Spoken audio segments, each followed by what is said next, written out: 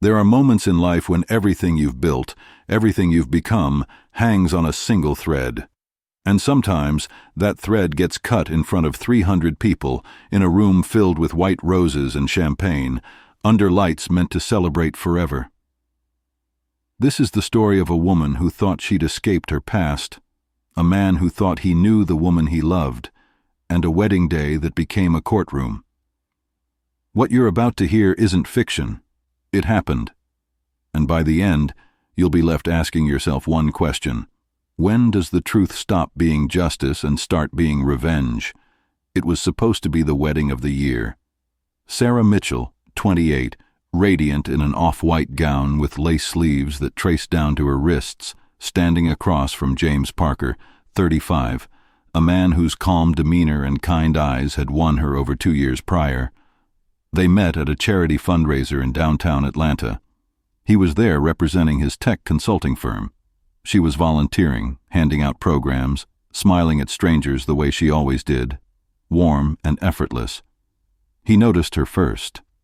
Not because she was the most glamorous woman in the room, but because when she laughed, it sounded genuine, real. In a world of carefully curated smiles and rehearsed small talk, that was rare. They spoke for 20 minutes that night, then an hour, then until the venue staff started stacking chairs. 3 months later, they were inseparable. Their relationship looked like something out of a lifestyle magazine: weekend trips to Savannah, candlelit dinners at hole-in-the-wall Italian spots. James would leave post-it notes on her bathroom mirror. "You make ordinary days feel like holidays." Sarah would surprise him with his favorite coffee on mornings he had early meetings. Friends called them sickening. Family called them blessed. Social media called them goals. But here's the thing about perfect pictures. They only show you what someone wants you to see, and Sarah had become an expert at framing her life just right, not because she was manipulative, not because she was cruel, but because survival had taught her that some truths are too heavy to carry into a new beginning. She thought she could leave the past behind. She thought love could be built on hope instead of history. She was wrong. The wedding took place on a Saturday afternoon in late April at a restored plantation venue just outside Marietta, Georgia. The kind of place with sprawling oak trees, string lights hung between branches, and a chapel that smelled like old wood and fresh flowers. 287 guests had RSVP'd. Most were James's family and business colleagues. Sarah's side was smaller: a few co-workers, a handful of college friends. Her mother sat in the second row, dabbing her eyes with a tissue before the ceremony even started. Sarah had no siblings. Her father had passed away when she was 19. She'd told James it was a heart attack. That was true.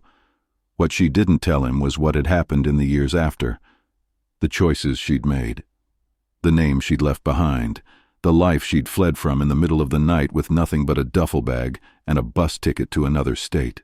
James stood at the altar in a navy blue suit, hands clasped in front of him, a slight smile on his face as the processional music began. His best man, a college roommate named Eric, leaned over and whispered, "You ready for this?" James nodded. He was ready. He'd known for months that Sarah was the one. She was thoughtful. She was driven. She worked as a program coordinator for a nonprofit that helped women re-enter the workforce after incarceration or addiction. She was passionate about second chances. She talked about her work the way other people talked about their hobbies. It moved her, and that moved him. He'd proposed to her on a quiet beach in Tybee Island at sunset, kneeling in the sand while she laughed and cried at the same time. She'd said yes before he even finished the question. Everything had felt right, until 4 days before the wedding, when he received an email that would unravel everything. The subject line was blank. The sender's name was just a string of numbers. No message in the body, just an attachment. A PDF. James almost deleted it. He got spam all the time. But something made him click. Maybe curiosity, maybe instinct. What he saw inside that document made his stomach drop. It was a marriage certificate, dated 7 years prior. The bride's name, Clara Renee Dawson. The groom's name, Marcus Hale. and in the top corner, a photo. A younger version of Sarah. Different hair, different smile, same eyes, same small scar above her left eyebrow that she'd told him came from falling off a bike as a kid. James sat in his office staring at the screen for 20 minutes. His assistant knocked twice.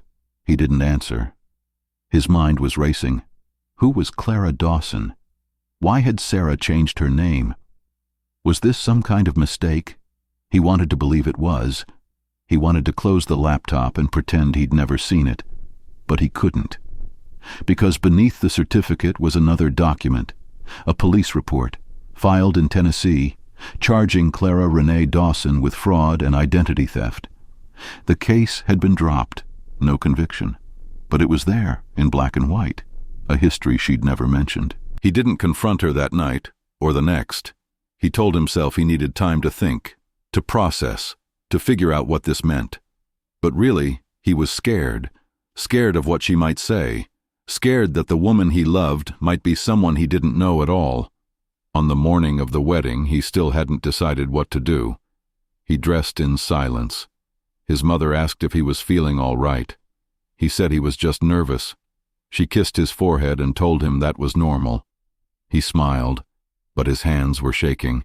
He'd printed the documents and folded them into his jacket pocket. He didn't know why. Maybe as proof. Maybe as a safety net. Maybe because some part of him hoped he wouldn't need them. That at the last second, Sarah would pull him aside and tell him everything. That she'd give him a reason to forgive her before he ever had to ask. She didn't. The ceremony started. The guests stood. Sarah walked down the aisle on her mother's arm. She looked beautiful, nervous, happy.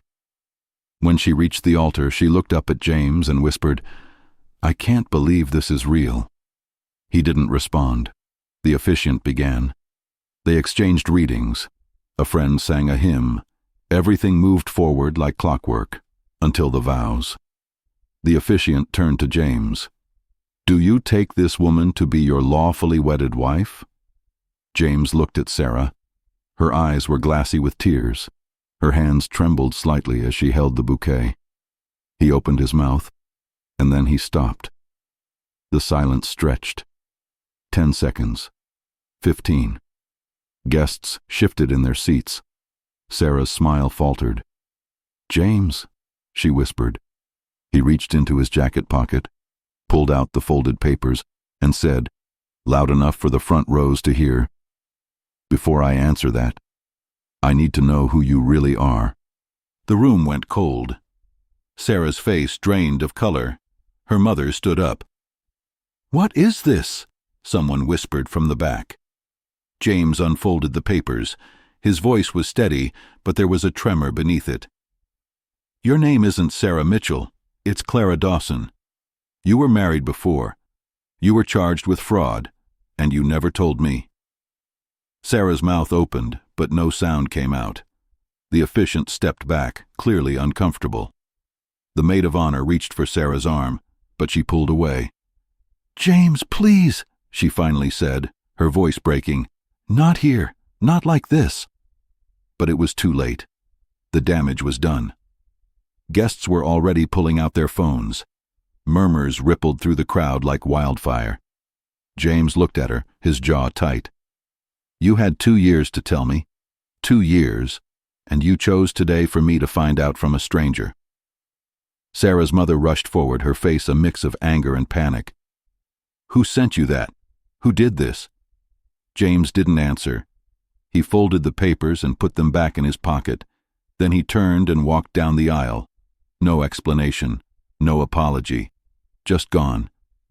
Sarah stood frozen at the altar. Her bouquet slipped from her hands and hit the floor with a soft thud. Someone in the audience started crying. Another person got up and left.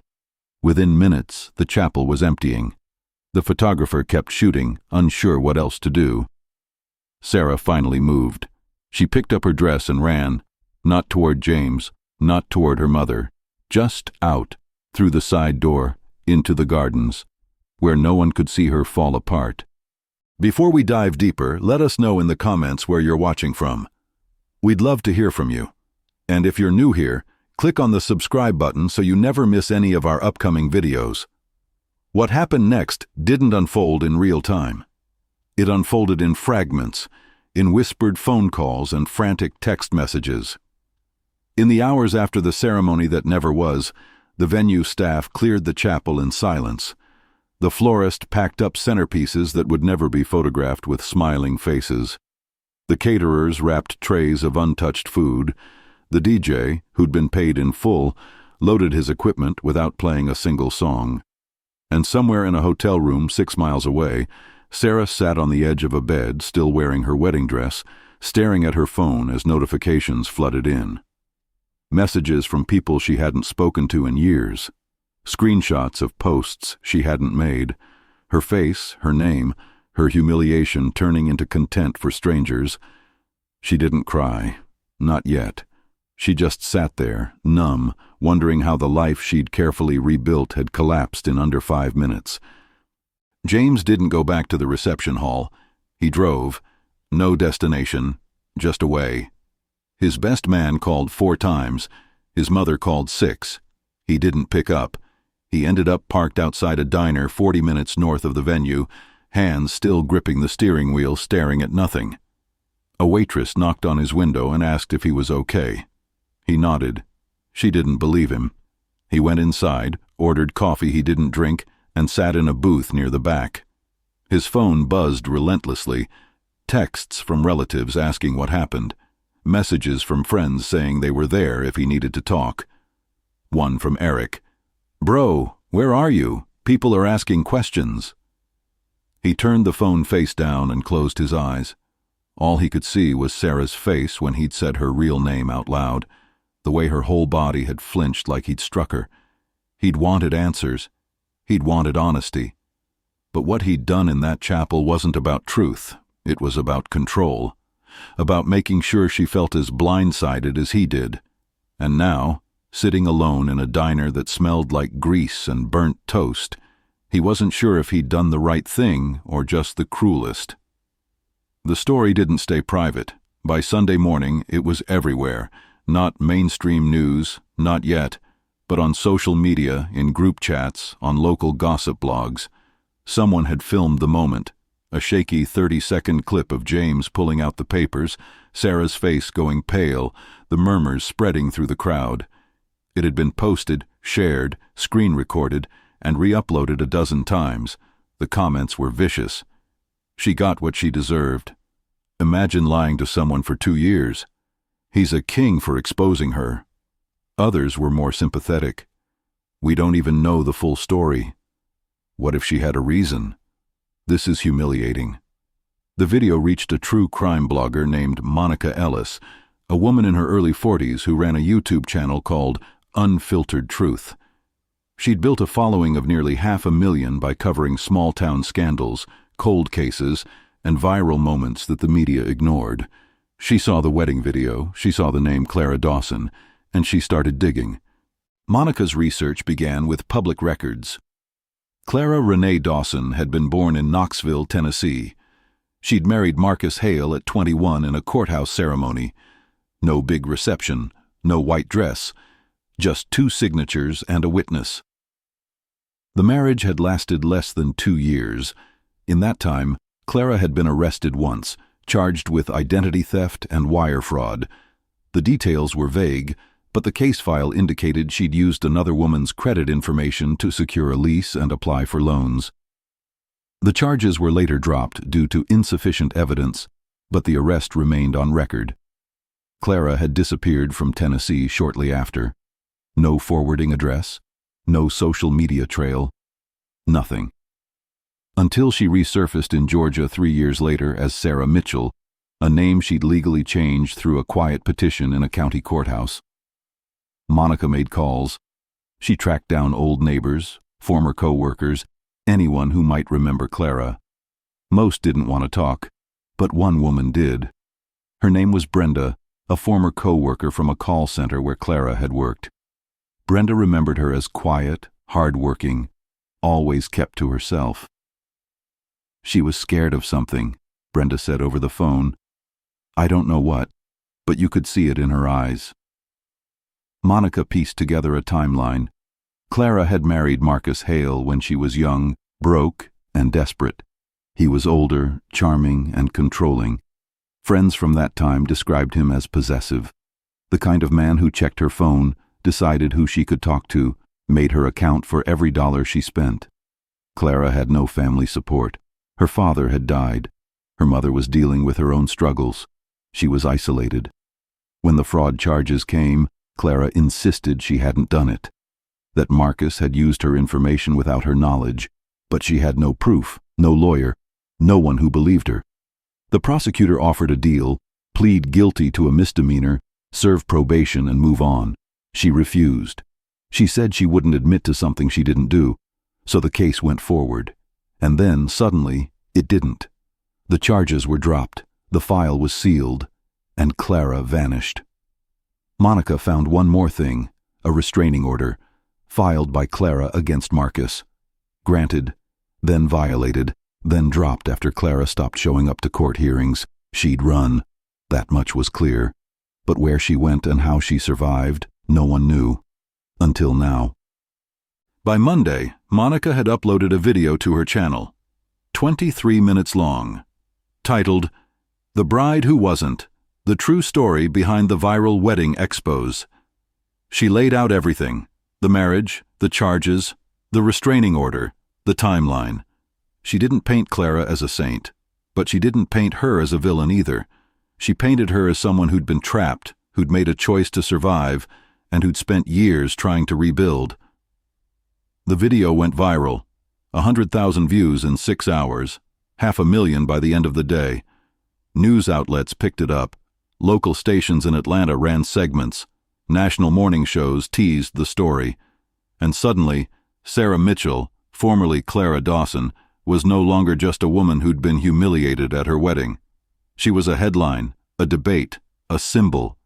People argued in comment sections, on talk shows, at dinner tables. Was she a liar or a survivor? Was James justified or cruel? Was this about truth or revenge? James saw the video. He watched it alone in his apartment, sitting on the couch in the same clothes he'd worn for 2 days. When it ended, he sat in silence for a long time. Then he called Eric. "I need to talk to her," he said. Eric paused. "Are you sure that's a good idea?" James wasn't sure of anything anymore, but he needed to hear it from her, not from a video, not from a stranger, from Sarah. He texted her. No response. He called, straight to voicemail. He drove to her apartment. Her car was gone. He asked her co-workers. They said she'd taken a leave of absence. He tried her mother. She hung up on him. He'd burned the bridge. He knew that. But he needed to understand, not to forgive her, not yet, just to understand.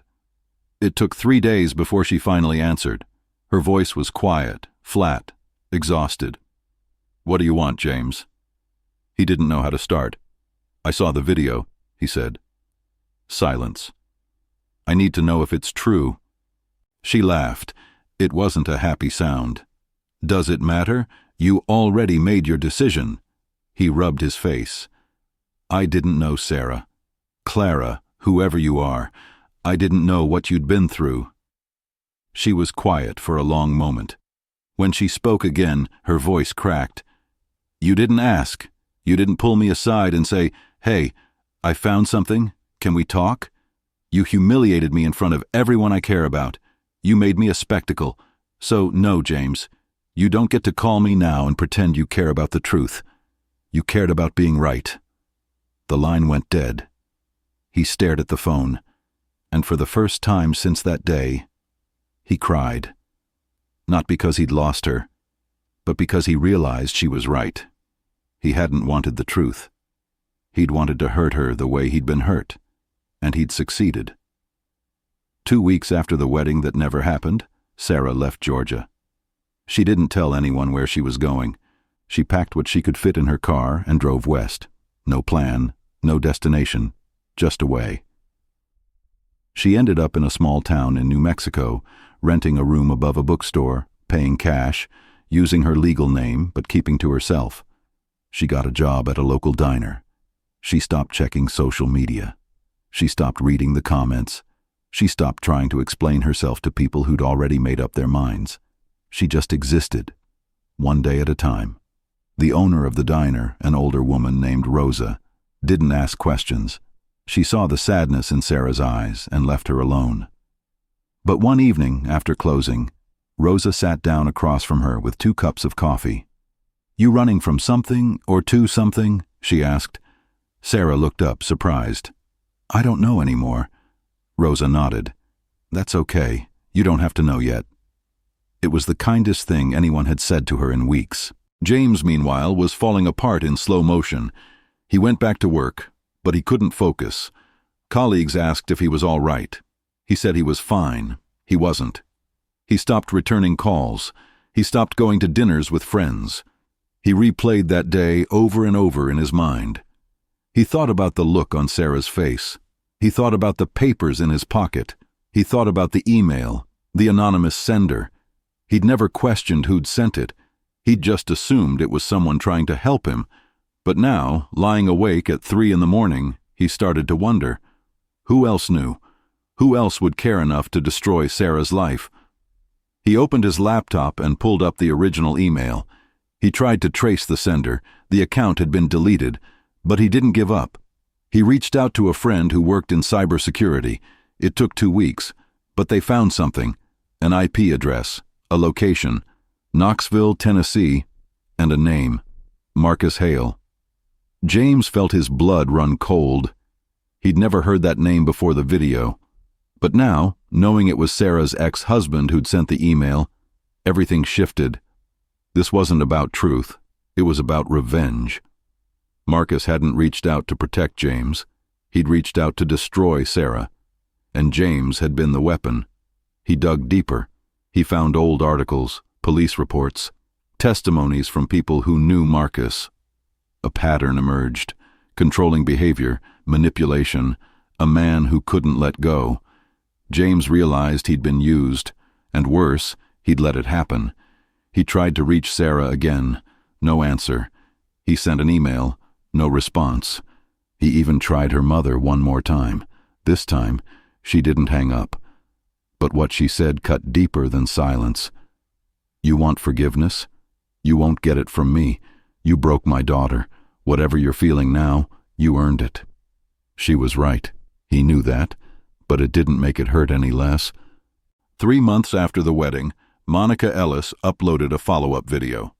She'd tracked down Marcus Hale, confronted him on camera.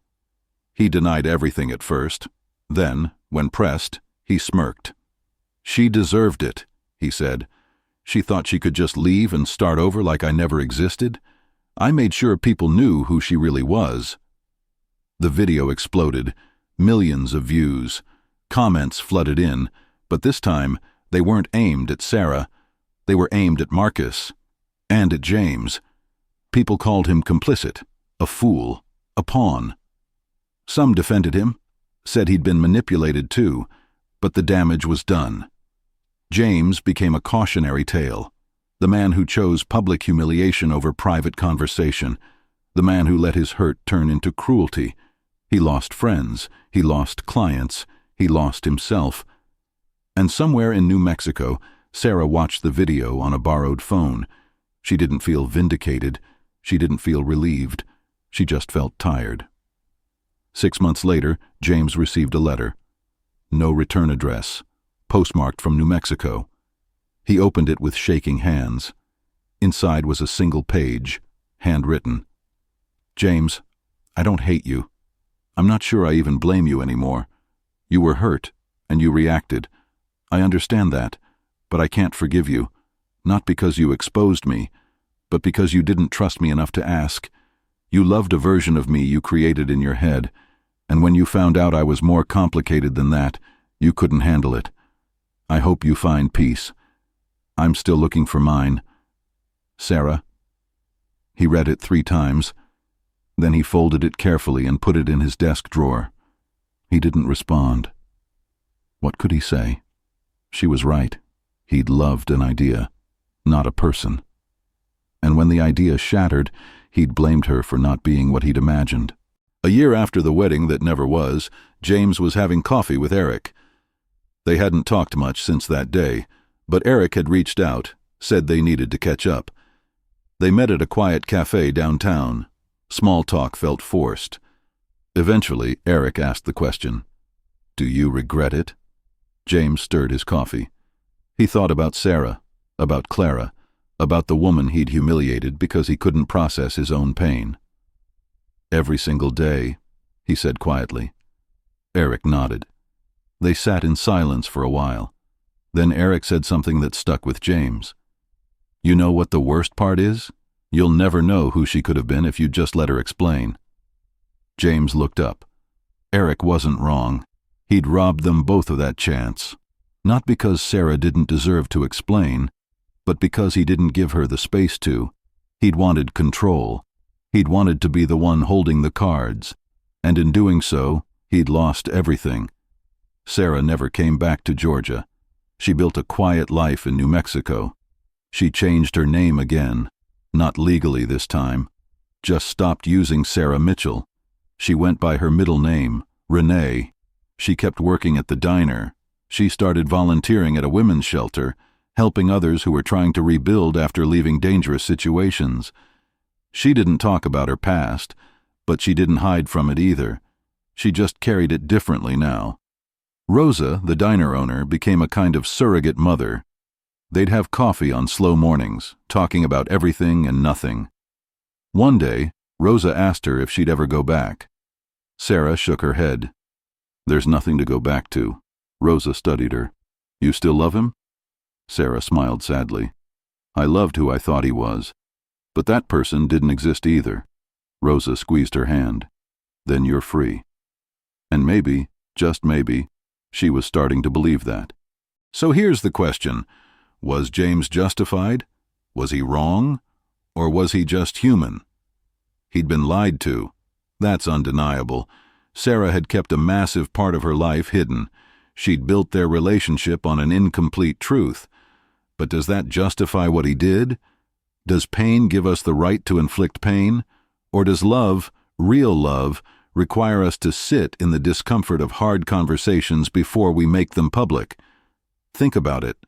If you found out someone you loved had a past they'd hidden, would you confront them privately? Or would you need the world to see your hurt? If you were Sarah, carrying trauma, shame, and fear, would you have told him sooner? Or would you have hoped the past could just stay buried? And if you were in that chapel, watching it unfold, would you have stayed silent, or would you have spoken up? This story doesn't have a clean ending. Sarah's living a quieter life now, but she's still healing. James is trying to rebuild, but he's carrying the weight of what he did. Marcus is still out there, and no legal consequences have touched him. And the rest of us, we're left to wrestle with what this all means. About truth, about trust, about how we treat the people we claim to love when they turn out to be more complicated than we expected. So I'm asking you, what would you have done? And more importantly, what does this story make you feel? Drop your thoughts in the comments. Tell me where you're watching from.